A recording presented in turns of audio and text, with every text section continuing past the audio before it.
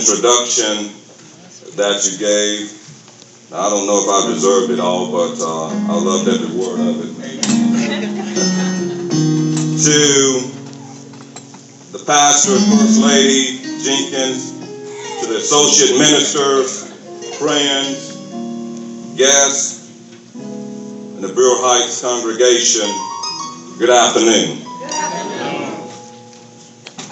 I need to acknowledge my wife who's present. Stand up, Anita. She's here with me. She's not feeling her best today, but she came out anyway. So I'm glad to have her here. And I'm just glad to be here to share with you on this occasion. And I do acknowledge the themes for this occasion as we celebrate Black history. And since every day and every month is Black history, I wanted to focus my message on building boys today and to man tomorrow. Now, implicit in this message is that before you can become a man, you must first be a boy. It's not the reverse. In other words, you can't go from being a man to being a boy. And you can't be a man without first being a boy. A boy is defined as an immature male, from a child from birth to adulthood, while a man is defined as one possessing in high degree the qualities considered distinctive of manhood. And manhood is that which is appropriate in character to a man. So you see, it takes time to make that transition from becoming a boy today and to a man tomorrow. Not only does it take time, but it takes the right ingredients to make a man. Well, you can say it's almost like baking a cake. Depending on the particular kind of cake you want to bake, you need all the right ingredients. One wrong or missed ingredient can mess up the entire cake. It won't turn out to be the cake you thought you were baking. It won't have the same taste and the same makeup as the cake from your cookbook. And then you've got to make sure that it stays in the oven just the right amount of time. For if you take it out too soon, it may fall and not completely bake. And if you leave it in too long, it will surely burn and be overdone, which will ruin the taste. So what I'm saying is that it takes the right ingredients and the right time to turn a boy into a man. What are these ingredients that make a boy turn into a man? What does it take to make a man? I'm glad you asked. As we celebrate the hallowed grounds of Black history, there ought to be at least 10 good men here today who can testify to what it takes to be a man. But first, we need to address what does not make you a man. Being mature in age does not make you a man. For you can be immature in your thoughts and your actions. Having babies and dropping your seed everywhere does not make you a man.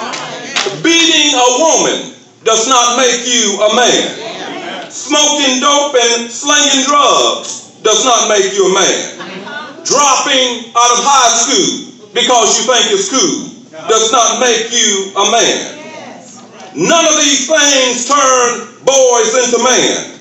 They merely demonstrate the behavior of a boy stuck in transition who has not figured out what it takes to be a real man.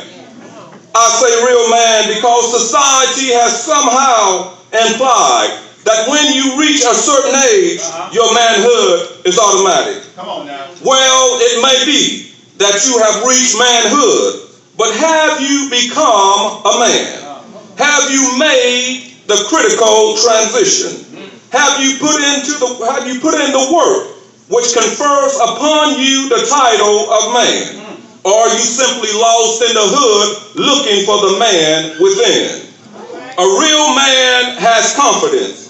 He knows what he wants to be. He prepares a plan and he works his plan.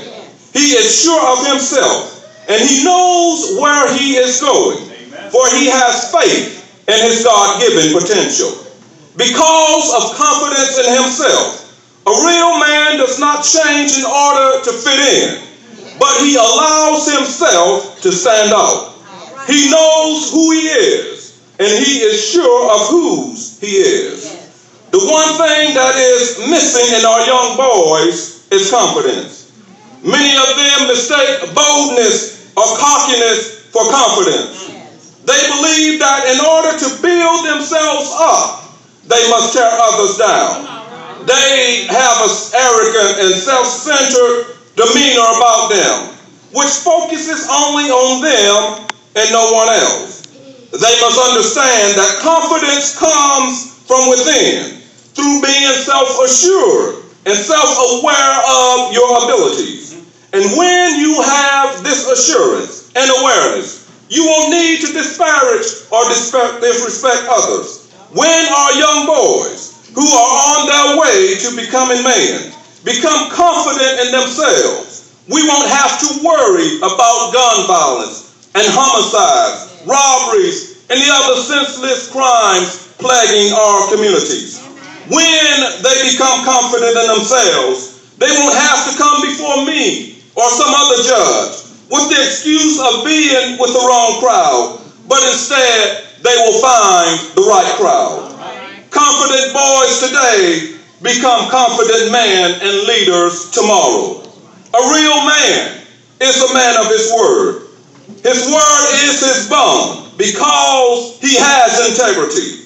His moral compass guides him to not only be honest, but to be morally excellent. He doesn't do things for shape, form, or fashion, but he is the same whether alone or whether he is in a crowd. You can depend on a man with integrity, and he will never let you down without an honest effort to fulfill his obligation. You know, as a judge, I have a few pet peeves, and one of them is when I have to make a so-called man, a father, step up to his responsibility in supporting his child.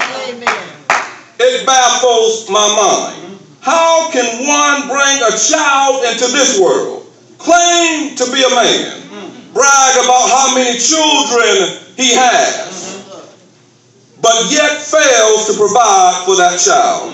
Truly, he believes that his manly deeds was the contribution of his seed and nothing more. Job finished.